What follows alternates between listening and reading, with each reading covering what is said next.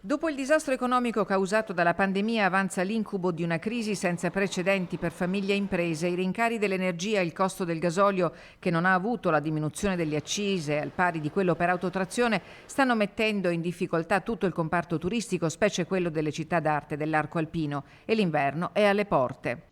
Siamo al punto che io personalmente, ma anche altri colleghi, vedo che non si può ancora fare un listino prezzi per l'inverno, perché stiamo cercando di capire come comportarci. La situazione è complessa per gli albergatori, nonostante l'estate, complice anche il bel tempo, sia andata bene, ma la gioia per il ritorno degli stranieri è stata smorzata dall'arrivo delle bollette. A luglio 2021 un kilowattora costava 22 centesimi, un anno dopo 77, saliti a 84 in agosto.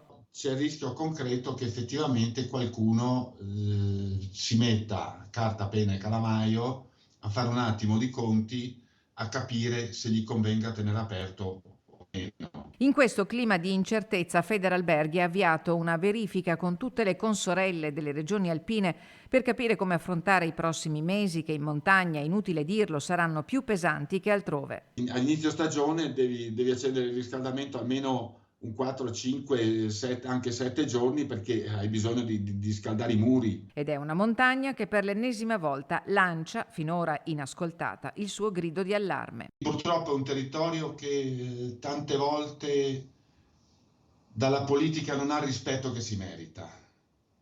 Una politica che non capisce cosa voglia dire vivere in montagna. Signori, esistiamo anche noi. Noi abbiamo bisogno di servizi, abbiamo bisogno di infrastrutture.